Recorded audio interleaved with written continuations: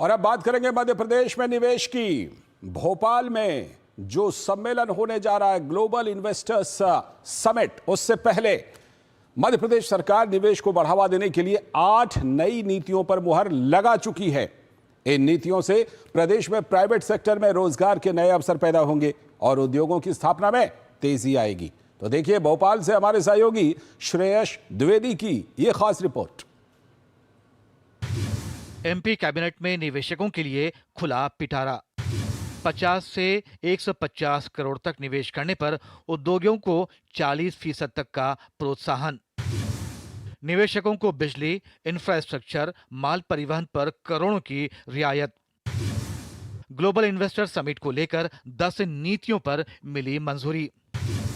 Global investor summit में नवीकरणीय ऊर्जा पर रहेगा फोकस।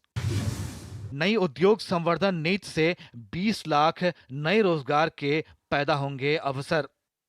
ग्लोबल इन्वेस्टर समिट 2025 के माध्यम से मध्य प्रदेश औद्योगिकरण की दिशा में नई उड़ान के लिए पूरी तरह तैयार है। औद्योगिक गतिविधियों के विस्तार से प्रदेश की आय बढ़ेगी, जिसका लाभ गरीब, किसान, महिलाओं और युवाओं को होगा।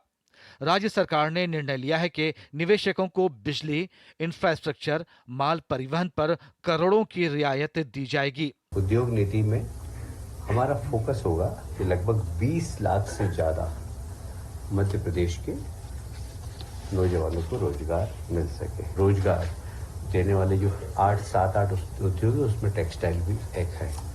ग्लोबल इन्वेस्टर समिट में इन्वेस्टर्स का सबसे ज्यादा focus new and renewable energy यानी नवीकरणीय ऊर्जा पर रहेगा। 24 और 25 फरवरी को कुल 13.5 घंटे चलने वाली समिट में अकेले रिन्यूएबल एनर्जी पर ही 10.5 घंटे बात होगी।